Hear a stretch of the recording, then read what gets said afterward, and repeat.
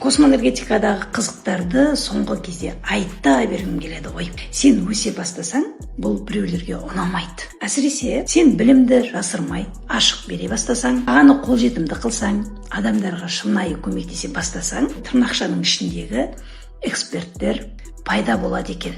Олар сені сынайды, сені талқылайды, сенің сыртыңнан неше түрлі әңгімені айтады, сенің алған біліміңді, жүрген жолыңды білмесе де, сен туралы еш нәрсе білмесе де, сен туралы әңгіме айтады ғой. Солайша сені тоқтатқысы келеді. Неше түрлі құйтырқы әрекеттерге барады, қорқытады, дайректке жазады.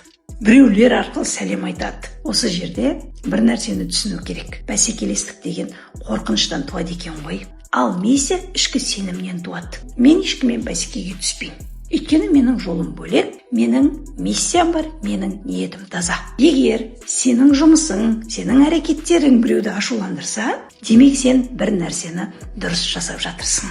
Жарық нәрсе, таза нәрсе ешқашан қараңғылықпен күреспейді. Ол жай ғана жанады, лапылдап тұрып жанады.